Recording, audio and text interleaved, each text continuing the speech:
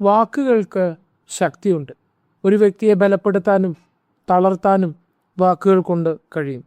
വളരെ പ്രതിസന്ധികളിലൂടെ കടന്നുപോയ ഒരു ദൈവസഭയ്ക്ക് പൗലോസ് ലേഖനം എഴുതുമ്പോൾ 1 തെസ്സലോനിക്കർ ലേഖനം 4:18 ഈ വചനങ്ങളെ കൊണ്ട് അന്യോന്യം ആശ്വസിപ്പിച്ചു കൊള്ളുവിൻ. മനുഷ്യന് ആശ്വാസം കൈക്കൊള്ളാൻ ആഗ്രഹിക്കാത്ത മനസ്സില്ല. പ്രതിസന്ധികളിലൂടെ കടന്നു പോകുന്നവരാണ് നമ്മളെല്ലാവരും. ഒന്നല്ലെങ്കിൽ മറ്റൊരു തരത്തിൽ ഉള്ളം നീറുന്ന പ്രയാസപ്പെടുന്ന അനുഭവങ്ങളിലൂടെ കടന്നു പോകുന്നവരാണ് നാം എല്ലാവരും. ഒരു ആശ്വാസം ആഗ്രഹിക്കാത്ത മനുഷ്യനില്ല. ആശ്വാസം പ്രതീക്ഷിക്കുന്ന ഇടത്തു നിന്ന് മാനുഷിക വാക്കുകൾ നമുക്ക് ലഭിക്കാതിരിക്കുമ്പോൾ എല്ലാ കാലത്തും നമ്മെ ആശ്വസിപ്പിക്കുന്ന ഒന്നുണ്ട്. അത് ദൈവത്തിന്റെ തിരുവചനമാണ്. പൗലോസ് ഓർമ്മിപ്പിക്കുന്നു, ഈ വചനങ്ങളെ കൊണ്ട് അന്യോന്യം ആശ്വസിപ്പിച്ചു കൊടുക്കുക.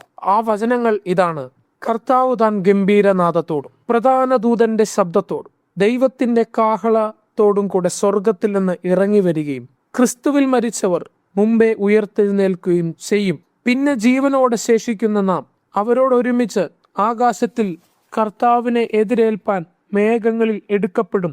ഇങ്ങനെ നാം എപ്പോഴും കർത്താവിനോട് കൂടിയിരിക്കും. ഈ വചനങ്ങളെ കൊണ്ട് അന്യോന്യം ആശ്വസിപ്പിച്ചു കൊള്ളുവിൻ.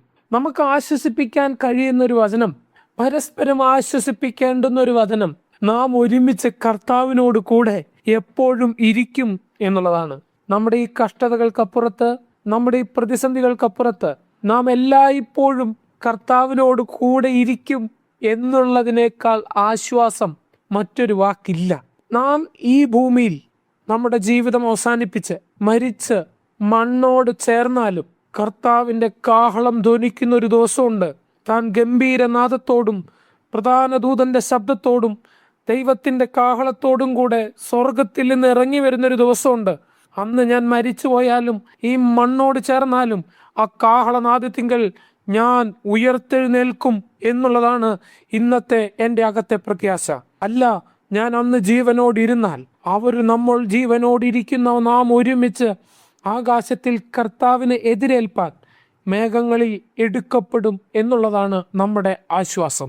എപ്പോഴും കർത്താവിനോട് കൂടെ ഇരിക്കുക എന്നുള്ളതാണ് ഒരു ദൈവപൈതലിന്റെ സമാധാനം. കാലഘട്ടം ഏതാണെങ്കിലും യുദ്ധങ്ങളും പ്രതിസന്ധികളും നാളെക്കുറിച്ചുള്ള ആകുലതകളും എല്ലാം മനസ്സിൽ നിറയുമ്പോൾ ഇന്ന് ഈ കഷ്ടതയുടെ നടുവിൽ കർത്താവിനോട് കൂടെ വസിക്കാൻ നമുക്ക് കഴിയുന്നുണ്ടെങ്കിൽ നാം എപ്പോഴും കർത്താവിനോട് കൂടെ ഇരിക്കുന്ന, നിത്യതയോളം കർത്താവിനോട് കൂടെ വാസം ചെയ്യുന്ന ഒരു നല്ല നിത്യത നമ്മുടെ മുമ്പിലും കർത്താവ് ഒരുക്കിയിട്ടുണ്ട്. ഈ കാലത്തിലെ കഷ്ടങ്ങൾ സാരമില്ല. ഈ വചനങ്ങളെ കൊണ്ട് അന്യോന്യം ആശ്വസിപ്പിച്ചു കൊള്ളുക. ഞങ്ങളെ വിളിക്കുവാൻ ആഗ്രഹിക്കുന്നുവെങ്കിൽ 0988022257 എന്ന നമ്പർ ഉപയോഗിക്കുക.